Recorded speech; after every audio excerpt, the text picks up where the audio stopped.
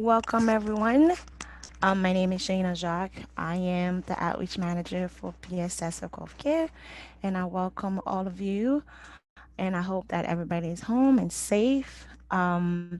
Today, like I said earlier, we're going to talk about why legal planning is more important than ever for caregiver. So our presenter today, it's Ronald Fatoullah, and a lot of you may know him, just a little bit about him. Um, Ronald Fatoullah found his New York law firm in 1980. Today, Mr. Fatoullah and his associate attorneys serve the resident of the New York City metropolitan area from his office locations in Manhattan, Long Island, Queens, and Brooklyn, where they offer a variety of legal services, including elder law, estate planning, real estate, Medicaid planning and application, long-term care planning, probate and administration, guardianship, and many more. So, Mr. Fatula began his legal career in 1977 after earning his law degree from St. John's University School of Law and his approval to practice law in the state of New York in New York. Just a little bit more about PSS, and some of you might know already, but a quick overview of for PSS. We were funded in 1962. We are a multi-service agency who has for mission to strengthen the capacity of older New Yorker and their family community to thrive. So PSS Life University offer educational trainings and other program online, such as this webinar. And then now all of our programming are doing online, just to keep our community safe and still engaged, and be able to get all the information and communication that they need. We also has 10 local senior centers and other location, all designed to help older adults stay healthy, engaged, and connected. Um, the program that I work, it's called PSS Circle of Care. We provide personalized support for those caring for someone who's frail, chronically ill, or has a memory loss issues. We do also have a grandparent family apartment. It is located in the Bronx. It is the first in United States in US, reasoning purposely built for grandparent raising grandchildren. We have other program as for example, our coming of age program, where we inspire people 50 plus to live with passion and purpose. And also we do have our volunteer program, just to go over about the census, and then we know how important it is. PSS has received a grant funded to help ensure a complete and accurate census is taken for the community we serve. The census is important because it impact funding decision for things like infrastructure, healthcare, education, and more for the next 10 years. For the first time, people will be able to respond to the census in three ways: online, by phone, and by mail. If you reply by the end of April, no one from the Census Bureau will come to your residence to obtain your response. So census takers will be sent to residences that have not responded starting mid-May through July 2020. So we count everyone. You should count everyone in your home on the 2020 census. That includes babies, young children, foster children, and non-relative who live with you. So if you want to complete the census, you get information at 2020 census.gov. So without no further ado, um, so we're going to start our webinar. Ronald, can you hear me? Yes, I can. Thank you Okay. so much, Shana. Okay, so I'm Good. gonna start the share, and then you can start yours. Okay, excellent. Just 1 second. Hmm.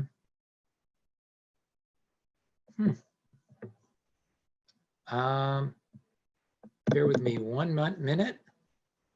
Let me try this again. No problem. Okay. Oops. All right. Um, some reason I don't see it up on my screen. Let me try again. I mean, it's on my screen. Oh, here it is. Okay. Okay, can everyone see it? Yes, we can see it. Excellent, excellent. Well, good afternoon, everyone, and I hope everyone who's listening is safe and well. And again, thank you so much, Shana. My name is Ron Fatoullah. I'm an elder law and estate planning attorney, and I do want to talk about planning now for the caregiver. As an elder law attorney, most of my clients are caregivers, or they come in to see us because there's a family member in need. So if there's any questions, as far as what my firm does, but just so you know, feel free to ask me questions later on. Any questions on Medicaid planning, Medicaid applications, trusts to protect assets, documents that need to be in place at this point, probate, God forbid if a loved one or someone you know has passed away, what do you do? Are the courts closed? How do we get past this? So I want to be there to answer all of these questions that you may have. So, you want to develop a team. A caregiver wants to make sure you have all your resources set, you have a plan set, you have documents in place, and there's a team. The team will involve the attorney, financial advisor, a CPA, and possibly, if you need help with a geriatric care manager, or social worker, or someone else in that capacity to coordinate care, etc. As an attorney, an elder law attorney, we do estate planning. We do legal planning for long-term care, getting that Medicaid trust in place. Want to make sure that we have the right type of power of attorney, not just a form, in place. Healthcare proxy, etc. But we need that plan. You need the documents, you need the plan. And I'm going to tell you why soon, especially now. You definitely need that plan. The laws have changed, Medicaid has changed. We need to be proactive, and we need to get a jump on things. Number two, you should have a very good financial advisor.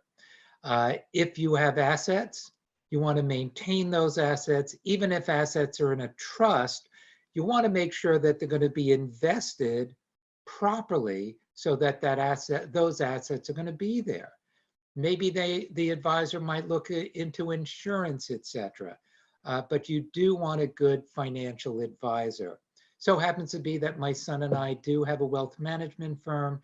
We do help clients with that, but it doesn't matter. It doesn't have to be us. Any good, and I'm going to get to this later, any good financial advisor that's a fiduciary, that's what you're looking for, can help you out to make sure your assets are protected. And a fiduciary will make sure that they're looking out for you. They're putting your interests first instead of their own, which is not the norm right now in 2020. It's hard to believe. So you want a fiduciary advisor. The CPA is very important as well, because you're going to need somebody to do the tax planning, the tax preparation. There's going to be record keeping that accountant or CPA has to do. And you do want to get this team together. Now, as being the attorney part of the team, people ask me, this is the first thing that they ask, well, what documents do we need to get into place? And so here I've listed the 5 most important documents, but of course we've added, especially during the current crisis, because we've had, oh gosh, this is just such a rampant, contagious, awful plague that we're dealing with. And we've all been affected by it. I've had a friend with his wife in intensive care on a ventilator. I know dear ones who have passed away from this. We're going to be covering all of this, but why do you need these documents? And you want to get them signed while the going is good, while the individual has capacity to sign them. If an individual is incapacitated, most of these documents cannot be signed, if they don't have capacity. Why do I say most? Well, a living trust can be signed by the agent of the power of attorney if that power of attorney is signed the right way and that power of attorney is expanded to include the ability to create, amend, and revoke trusts. So we'll get to that in just a moment. So let's start off with the last will and testament. Most people just say the will. Why do I need a will? Well, a will is the document that sets forth where your assets go when you pass away, especially now. We're seeing people that unfortunately don't make it. I hope that your loved ones, your friends are well, but we all know somebody that has passed away from this. Unfortunately, I do, and it's just awful, and I'm heartbroken. But we want to make sure that they have a will, they have these other documents. We want their assets to go where they want their assets to go, whether it's family, friends, a charity, etc. So let's break it down a little bit. The agent on a power of attorney cannot sign the will. The individual himself or herself must sign the will. If there is no will, what happens to assets? Well, assets go pursuant to a schedule, and that schedule may not be what you want. So it's imperative that you have a good will that sets forth where your assets go. So for example, if you didn't have a will and you had a spouse and children, the law says the spouse gets $50,000 and the rest is split equally between the spouse and the children. Now, is that good? Probably will not be good for 85, 90% of people. People, let's say they're younger, want to give to a spouse, or let's say a spouse is relying on all of the money that you have. Well, if you don't have a will, your assets won't go that way. So you need the will. What if your spouse is, God forbid, in a nursing home on Medicaid? Well, you don't want assets to go to the spouse on Medicaid in a nursing home, and then you'd then have Medicaid get involved. The individual has to go off Medicaid, etc. There still are techniques that the elder law attorney, such as myself, can do to protect assets, but we typically can't protect all of the assets, just some of them, maybe about half typically. But why do something that's going to be negative to us? So if there's a spouse in a nursing home, we may want to have the will say, all of my assets go to my children, not my spouse who's in a nursing home on Medicaid. Okay, so you need a will to set forth where your assets go. The individual that signs the will is called the testator, or female, the testatrix. No tricks up our sleeves. That's just the way, that's just the legal terminology. So the testator signs the will a certain way, has to be signed in front of two witnesses. And then we have an affidavit that's notarized. And we're going to get into,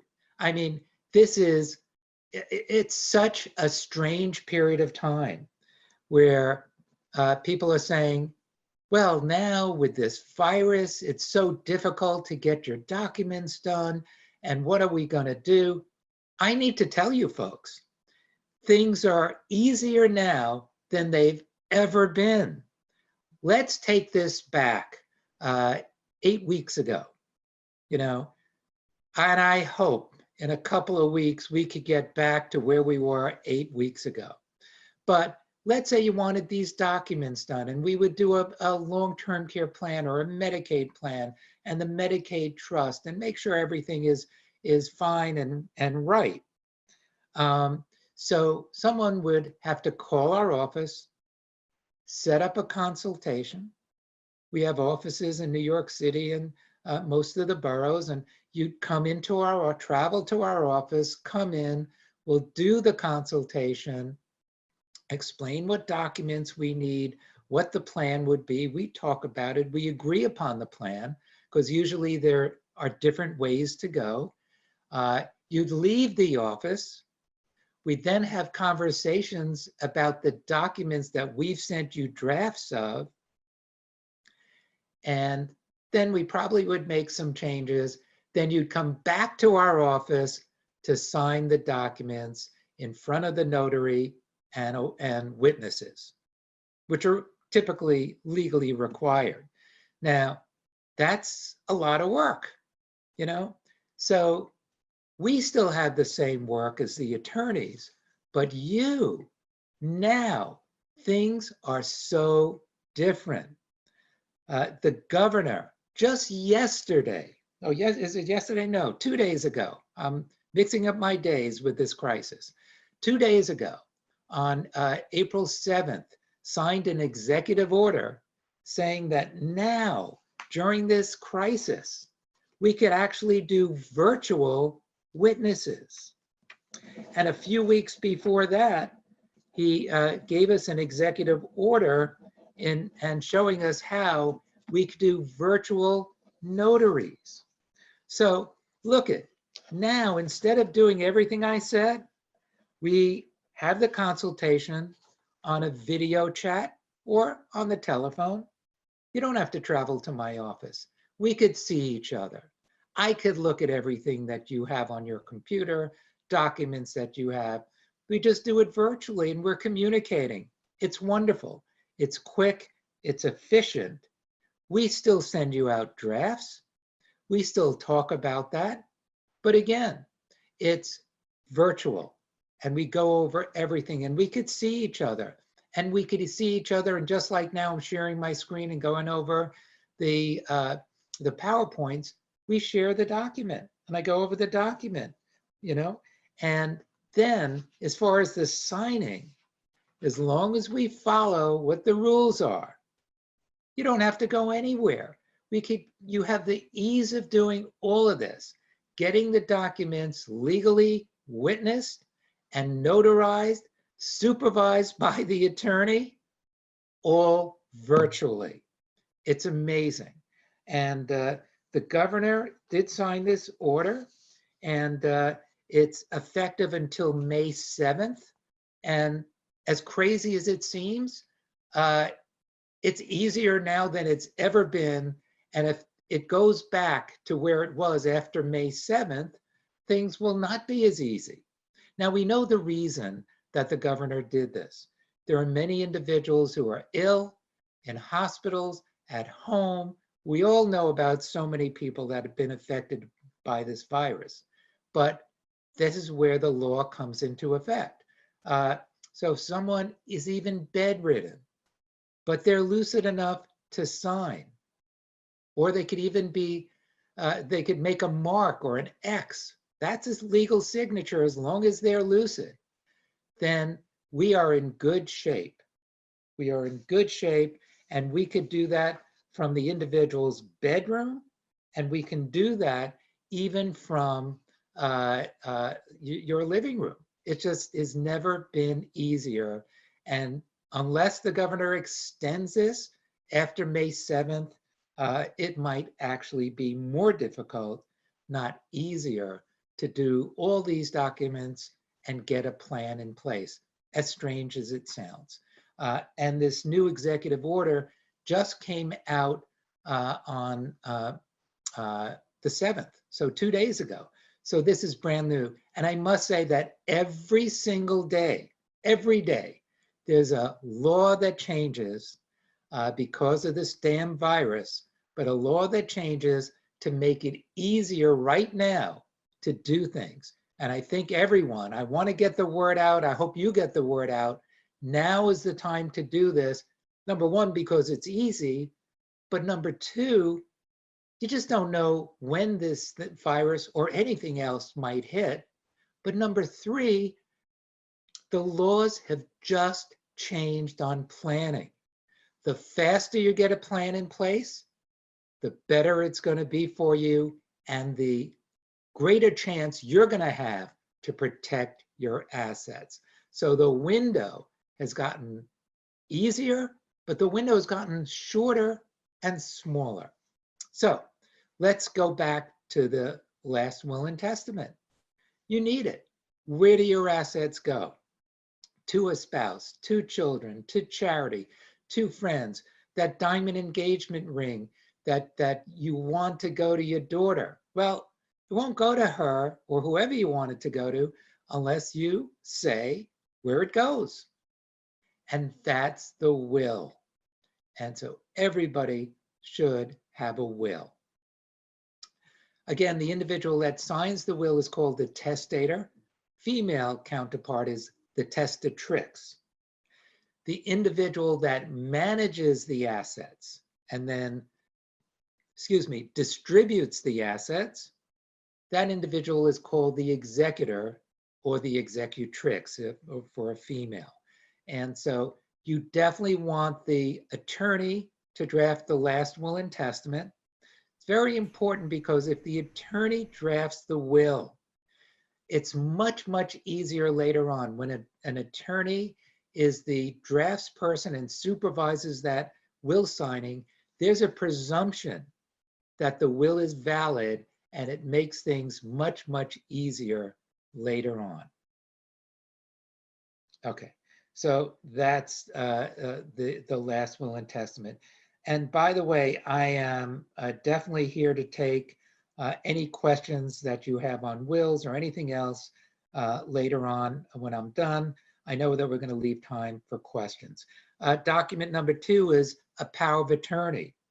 Who are you going to name to handle your affairs?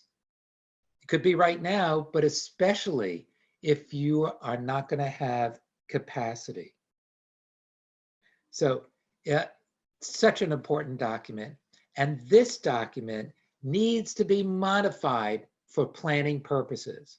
If you just download a form, might be good for a closing, but it will not be good for planning.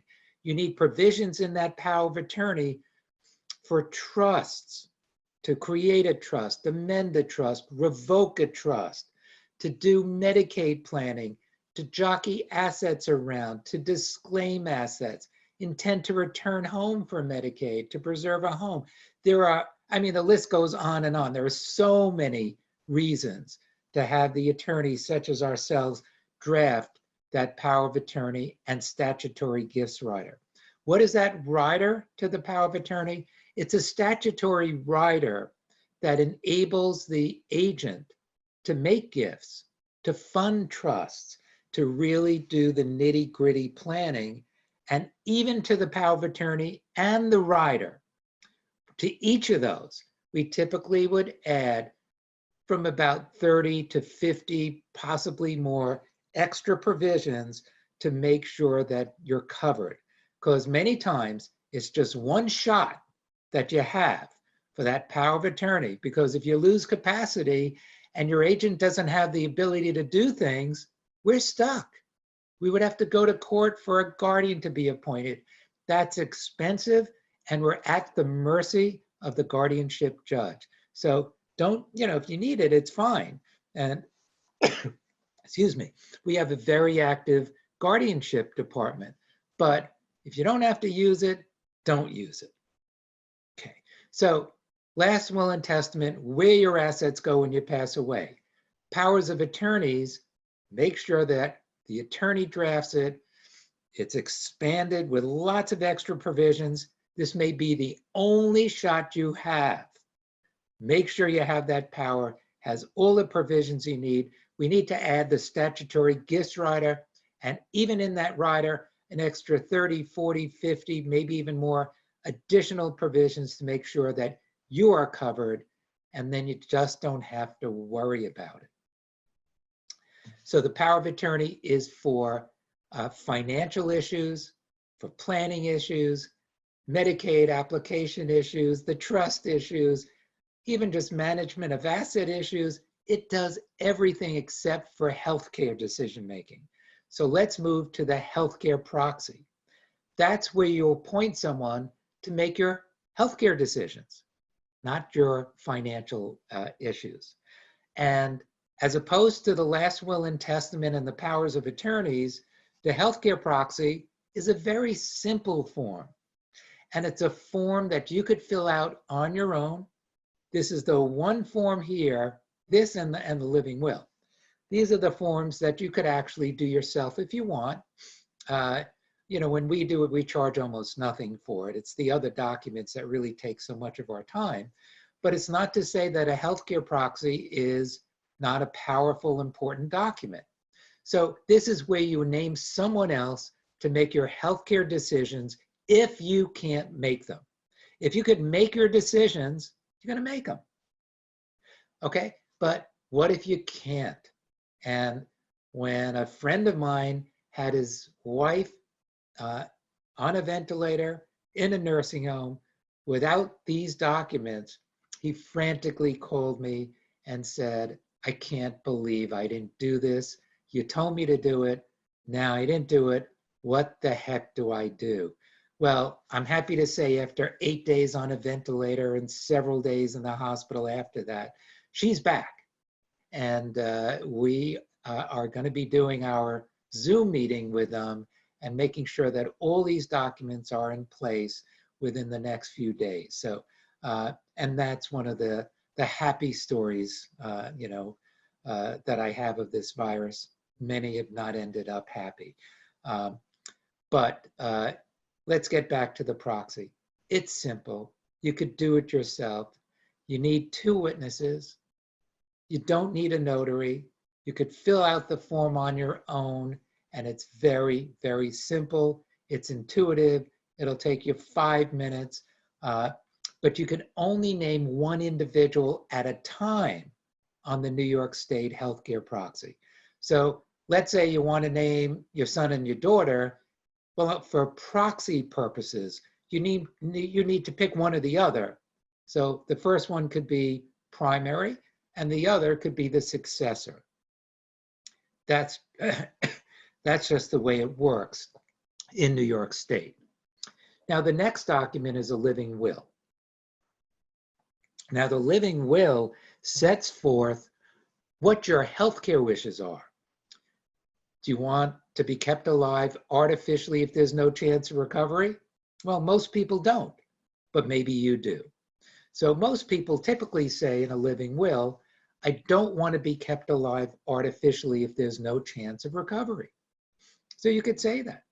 And you could say whatever you want to give guidance to the agent on your healthcare proxy. But there's a difference between the healthcare proxy and the living will. The healthcare proxy is a document where you appoint someone else to make your healthcare decisions. What decisions do they make? Well, you'd have to talk to them. They have to make the decisions you want.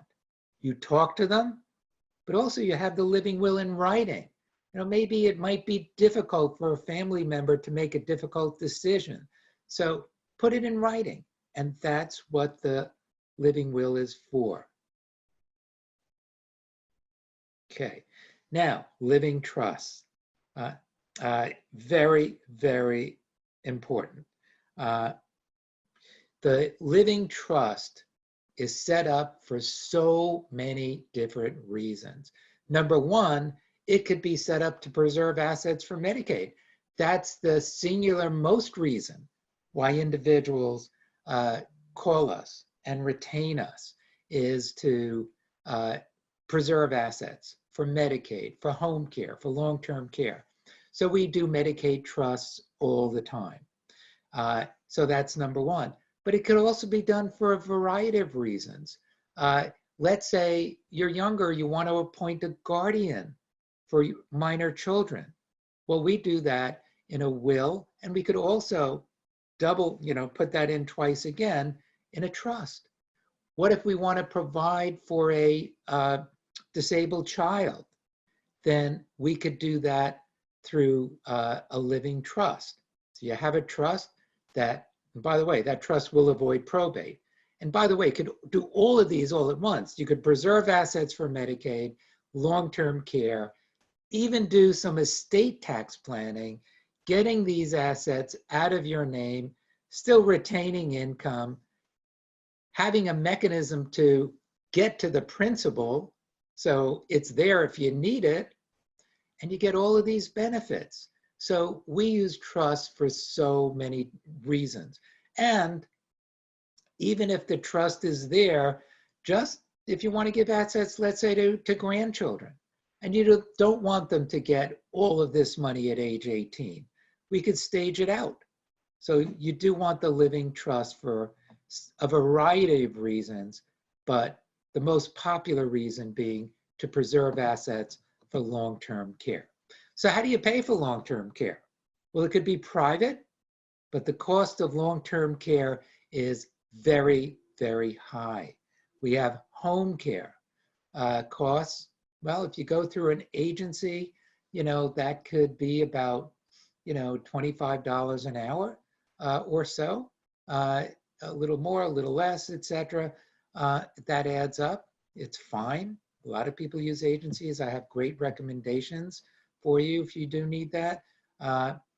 But it's expensive. Long-term care insurance, it's expensive. And you have to be healthy enough to pay for it. So you could pay for it privately, it's expensive. Long-term care insurance, just that expensive, long-term care insurance premium is expensive on its own. And a lot of people don't even qualify for it medically. So that's very, very important. Medicare, well, I think most of you know, but some people think that Medicare covers long-term care. It doesn't. It doesn't. The care is very limited. VA aid and attendance program. It is and was a great program, but towards the end of 2018, they now have a look-back period, just like we have for nursing home Medicaid. The rules are different. It's a different type of look back, and they look for different things, but they have a look back. Let's go to Medicaid. By default, people look to the Medicaid program to pay for long-term care because, number one, most people cannot afford the private pay. Number two, most people can't afford or are simply not eligible for long-term care insurance. Medicare is limited, and the VA aid and attendance program now has this look back, and not everybody qualifies. So people tend to default to the Medicaid program, but you have to be eligible for it. And so I'm going to go over with you today how to become eligible and how does it work and what changes have been made. And I'm not talking about changes that were made 2 weeks ago or last year. I'm talking about changes that were just made within the last week that are turning the program up on its head. This is all new, and things are dramatically changing by the day, sometimes even by the minute. Now look at that last bullet point. If you're a spouse, you're a caregiver spouse, you should know that you are liable for the long-term care needs of your spouse. That's federal law. So we want to minimize your liability, and we want to protect assets if we can to make sure that the caregiver spouse doesn't have to go bankrupt, will have assets protected, etc. And even a spouse that is not the caregiver. We don't want to have spouses that become impoverished. So let's look at Medicaid eligibility rules. Now, number one, for an individual, you can only have, starting in 2020, $15,750 in assets. You could also have some other assets that are called exempt resources, where Medicaid will see, oh yeah, you got this asset, but we're not going to count it. And one of those assets that are considered exempt are retirement accounts. And I'm the one that actually changed this law, or I should say policy, in New York State with an application that we did for a client of ours years ago, about 15 years ago in Queens.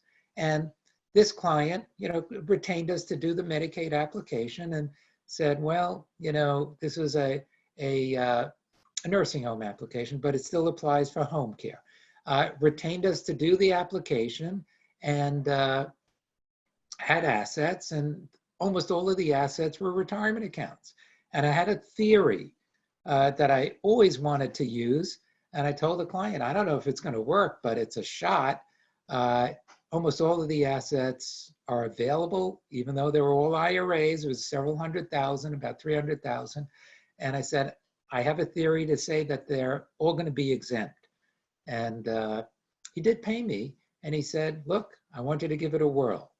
He didn't say it, but his children said it. Anyway, we were retained. We argued it. We won the case. And eventually, the policy in New York State changed and said that retirement accounts in payout status are exempt for Medicaid purposes. So that's a huge exclusion. What about the home? Well, the home is exempt as well. But there's an equity limitation, and for home care, it's exempt. And I'm going to explain that to you in a little bit. So the home is exempt in a home care setting if the equity in that home is $893,000 or less. And that figure is in the handout here. We'll get to that soon. If there's a nursing home situation, that home is exempt if the individual has an intent to return home. And by the way, we speak to our clients, and if there is an intent to return home, that's one of the myriad provisions that we would put into the power of attorney, because we want to protect our assets, the assets of our clients proactively, even if they don't need Medicaid now. I ask our clients, would you have an intent in case you did need to go on Medicaid to return back home? They say, yes, we put it in the power of attorney. We want to be proactive and protect assets. So getting back to Medicaid eligibility rules for the home, you can keep $15,750. You can keep your retirement accounts in payout status. You could keep your home if the equity limit that you own is $893,000 or less, or there's a spouse living in that home, etc. And we're going to get to some of those spousal and other exempt issues. Now, when you apply for Medicaid home care, how much in income could you keep? Well, you can only keep $895 of income a month, but then you could keep more income through the use of a pooled income trust, which I'm going to get to.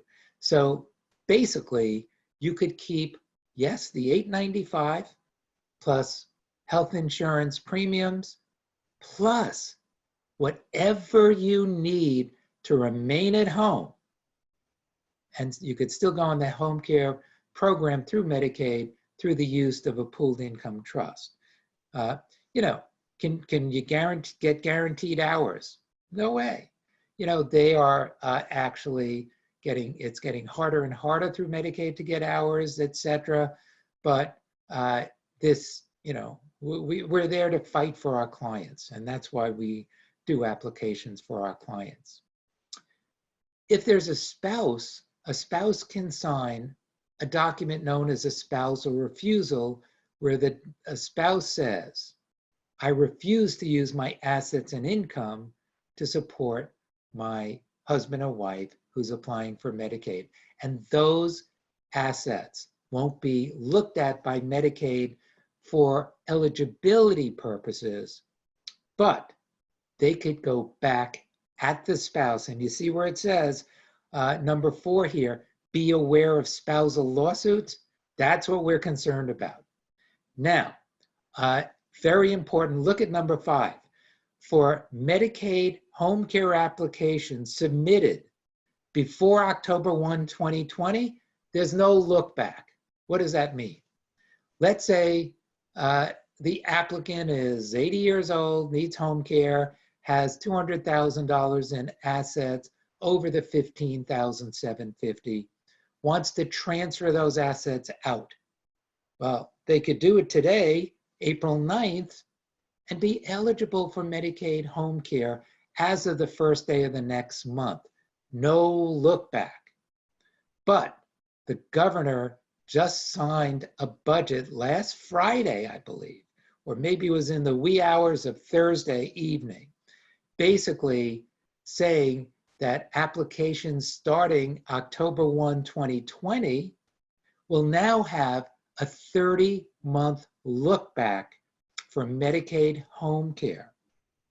And I'm going to go into, when I talk about institutional care, how do we calculate that penalty period? So in other words, yeah, if you gave away assets to get down to that $15,750 level, and the assets were not transferred to an exempt person like a spouse, we need to do something.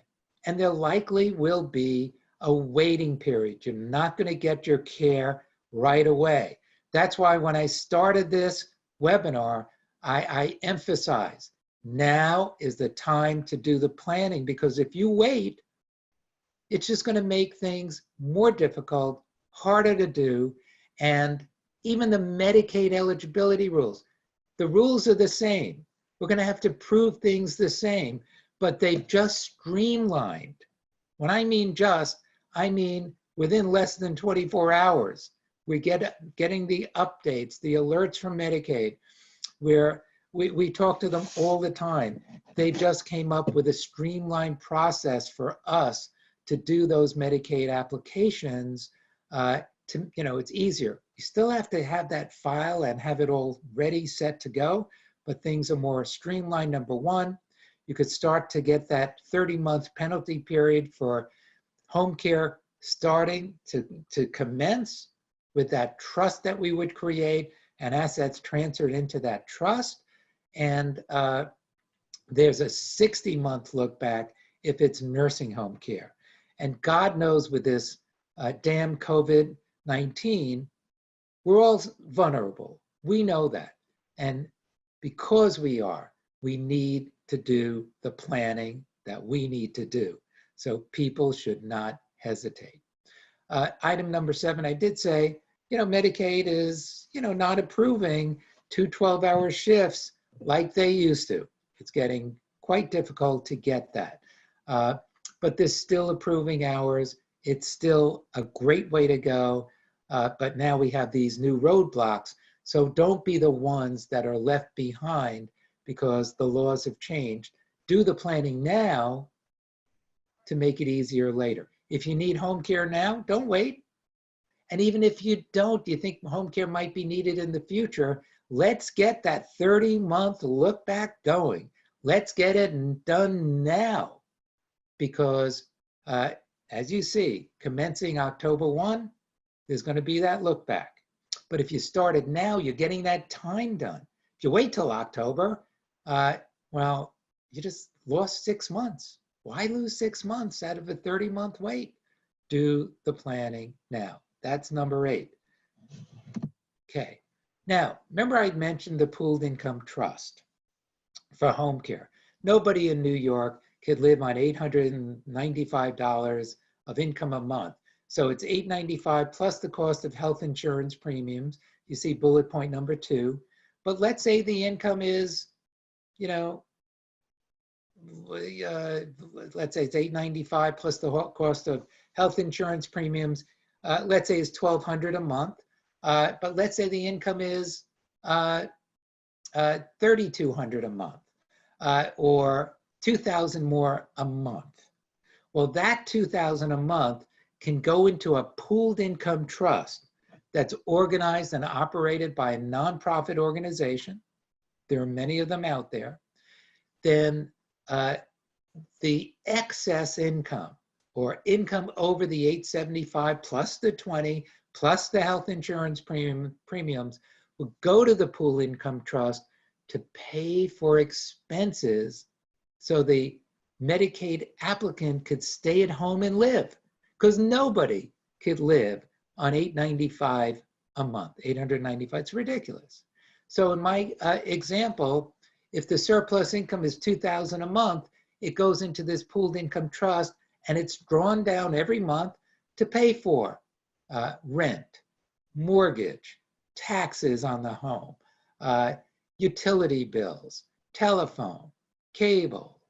So you could stay at home and live. It's the way to do it. That pooled income trust is irrevocable. You could leave the trust, unfortunately, if there's a death, if you go into a nursing home, or you stop making the monthly deposits to it. So I went over this. Each month, the Medicaid recipient submits expenses to the trust. Those expenses are then paid. We went over these items that are paid.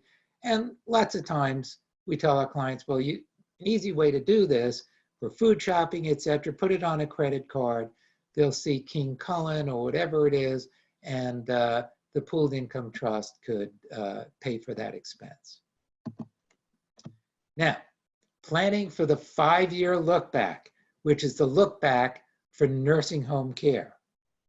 But we have a 30-month look back now for home care, new as of only the last few days and effective October 1, 2020.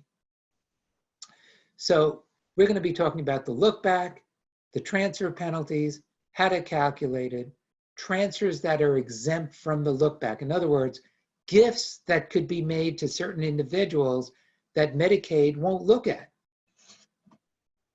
Okay, so nursing home eligibility for Medicaid. Let's go over this for a few minutes.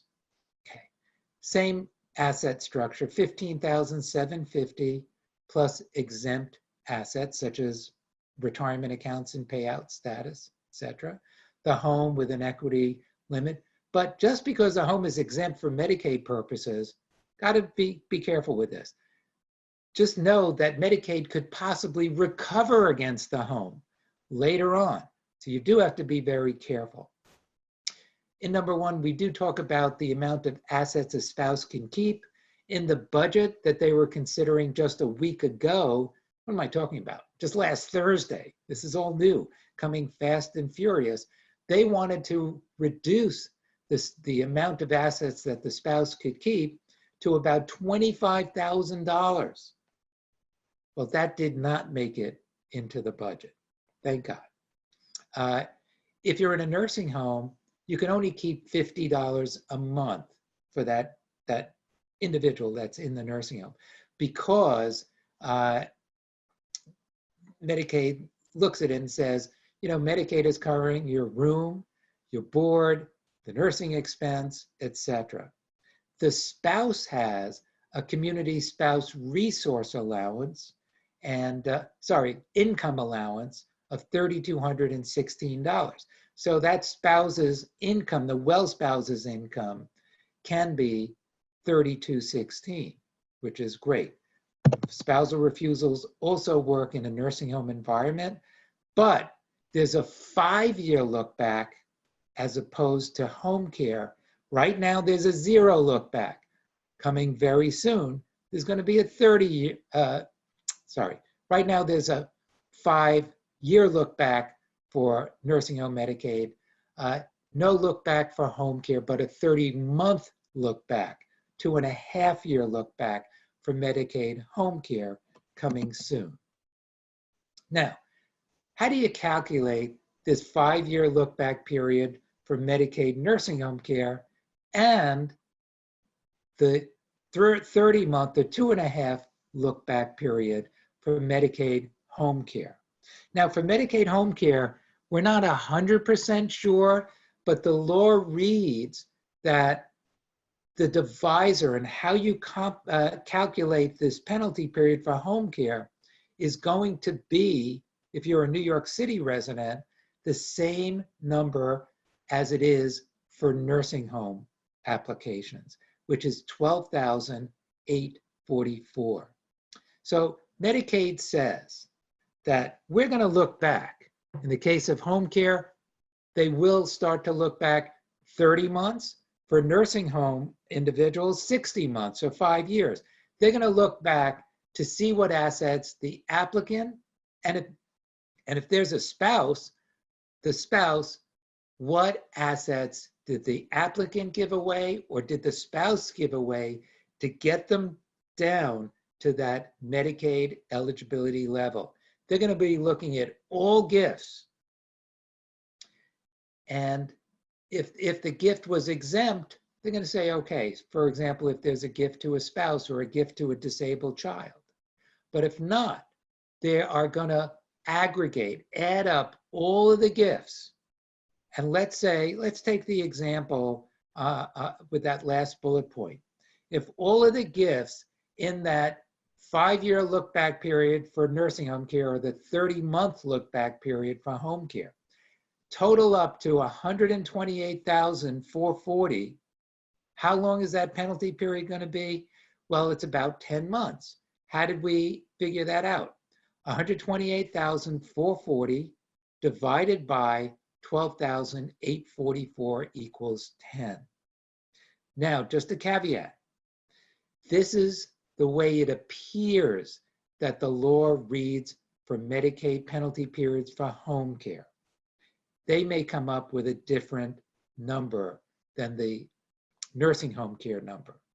But right now, the way the law reads, it is 12,844. And the reason they got that is they say, well, if the average cost of 1 month in a nursing home is about $13,000, and you gave away $13,000 in the last 5 years or 30 months, well, you could have used that money to pay for a nursing home or home care.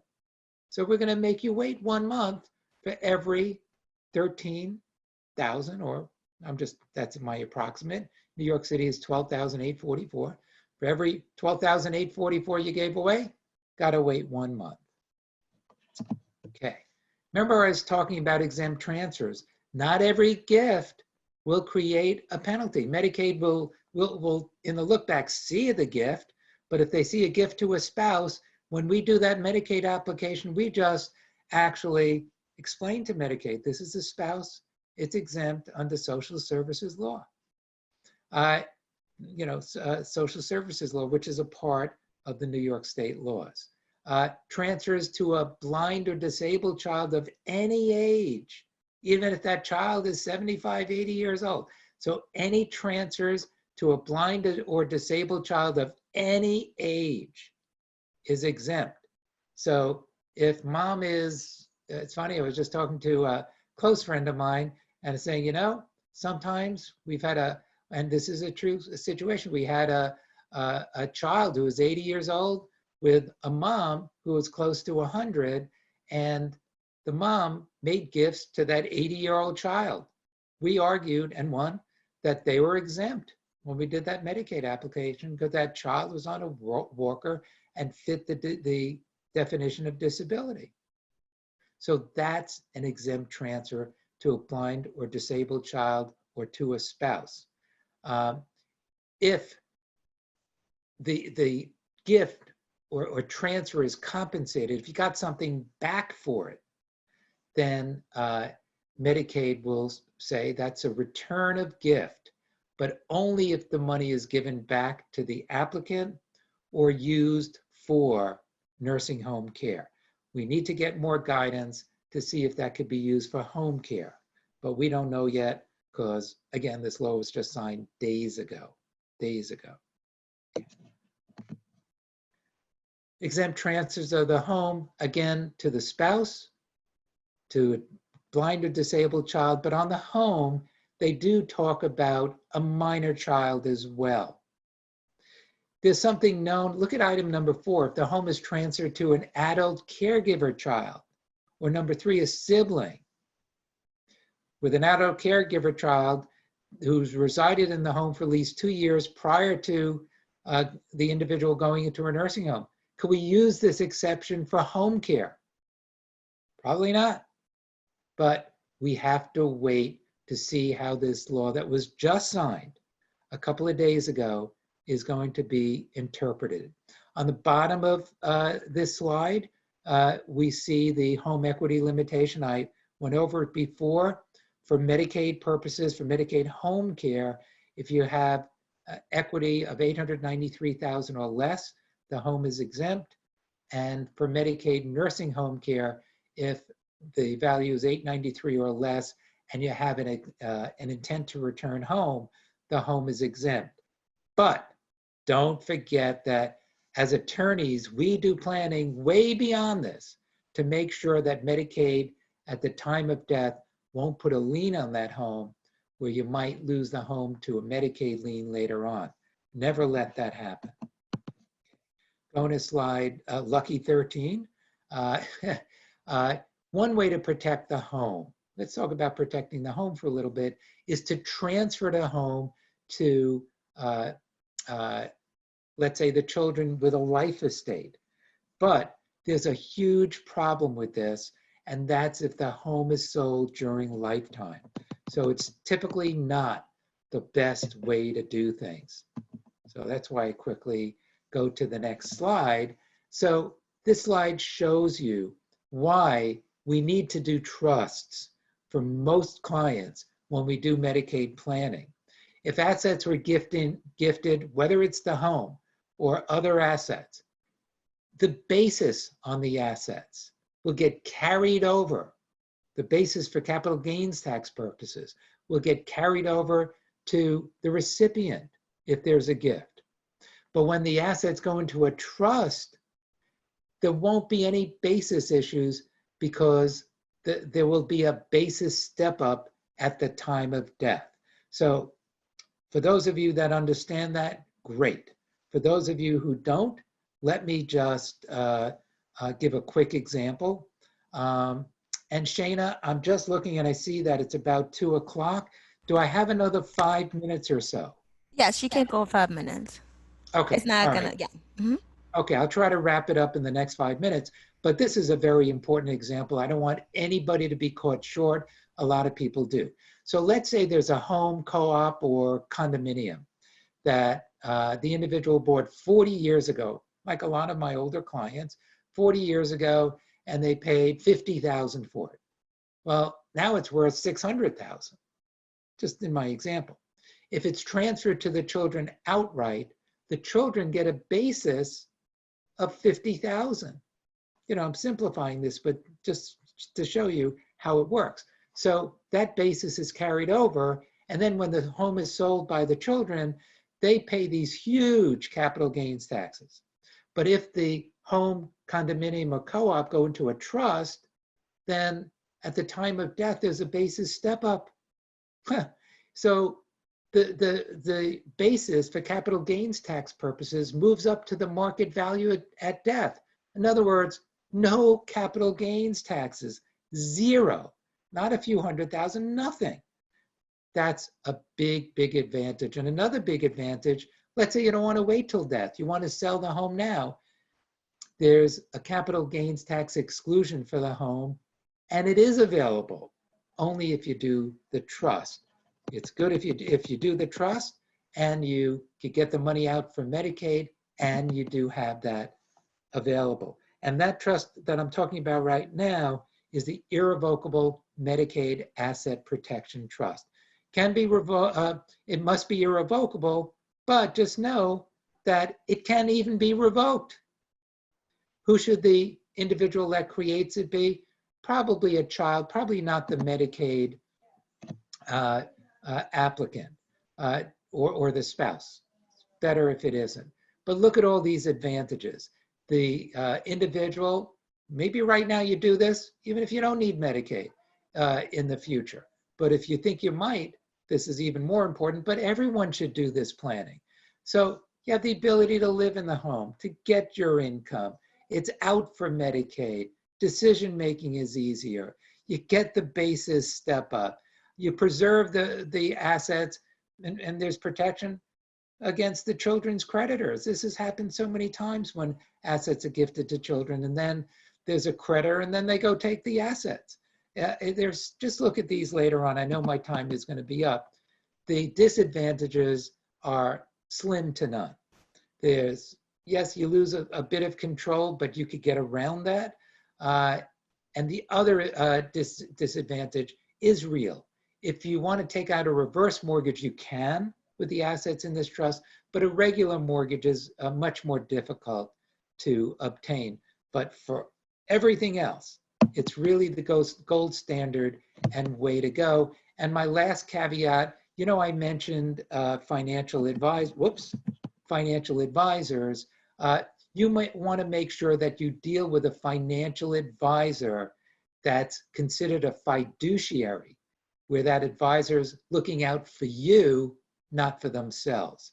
And if anybody has a question on that later on, I'm more than happy to answer that and give you some examples. But thank you so much, Shana. I'm more than happy to take any questions that anyone has. Yes, we can go for another 2-3 minutes if anybody has any questions. There's a Q&A box. You can type in your question. I know the information was very important and we have a lot of information today. So if you can type your questions in the Q&A box. Could I see that as well? Yes, you can. In the bottom, or I think on your top for you, you will see participate. I'm going to stop sharing so I could get to the other screen. Okay. Okay, very good. Very good. Q&A. Okay, here I am. Oh, no open questions? I guess oh, it was no, did I confuse everyone? Okay, here we do have a question. Thank you so much, Susan. How are all the issues you mentioned affected if there's no spouse or child, only a single person? Well, if there's no spouse or child, you still want to make sure you have your documents in place, and it's just as important. You want to make sure that your assets are protected for yourself, and you know, who's going to make your healthcare decisions? Who's going to take care of your assets if something happens to you? Better that you do this right now proactively with someone that you trust. You set up these documents and you go over everything with them so they know what your wishes are. There is a difference, but we would just go over everything that we would do for somebody that has a spouse and a child, or a spouse or a child, and but we just do it as an individual person. But you still want to make sure that you have all your ducks in a row. You have somebody else to make your healthcare decisions, your financial decisions, etc. if something happens to you, and maybe even more so in light of this craziness that we're dealing with now.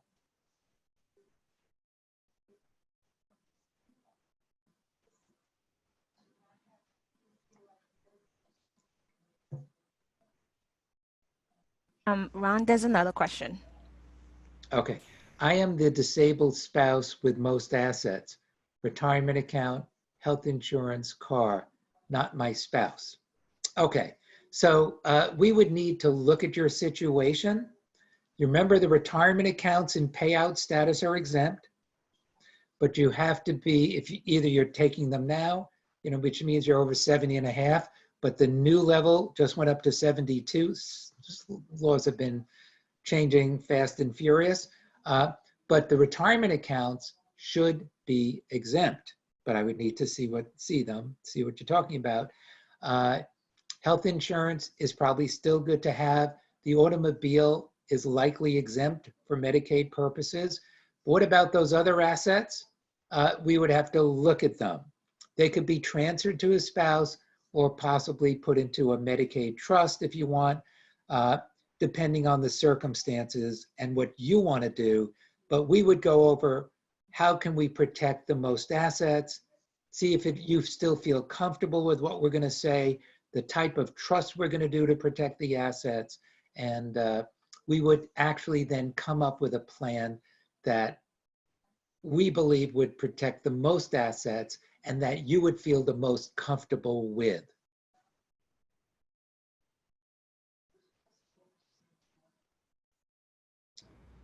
I hope I answered that to your liking. And also, if they do, anybody has more questions, or if you want to go in details for information about your particular situation, you can definitely reach out to Ron. They can give you more information, right? Right, Ronald? Absolutely, sure. Yeah. Feel free to call my office at 718-261-1700. I just see another question that came in. I don't know if there's time, Yes, Shana? you can. Yeah, we're gonna go Okay. 2 more minutes. Yes. Okay. When applying for Medicaid home care, home health attendant services, did the look back period with the new law change from 30 days to 30 months? Right now, it's not even 30 days. There's zero look back, but Medicaid needs to see statements showing that there was no assets or assets under the 15,750 right now. So it didn't change yet. It's only for applications commencing October 1 to 2020. So right now, there's no look back, but yes, 30 days. It'll even go up back 90 days if you want reimbursement for monies that you've spent when you hired a Medicaid, Medicare licensed agency.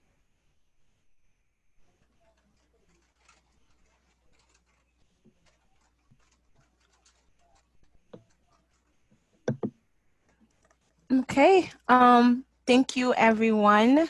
I know we went over a little bit of over the time, so but the information was very important for all of us, especially in these times. So if you need to know more, or if you have more questions for Ronald, you definitely can reach out to them. And again, the number is Yes, Ronald. 718-261-1700. Thanks so much, everyone. Thank you. Oh, when somebody let's just okay, so they left. Okay. Thank you again, everyone. So if you have any question regarding PSS, or if you want information about any caregiver that needs help, please reach out to us. Please, you can email me, or the same email that comes from the webinar, you can email me back so we can chat a little bit. Thank you, and stay safe, everyone. Thank you, Shana. Be Thank you. safe and be You, well. you too. Bye-bye.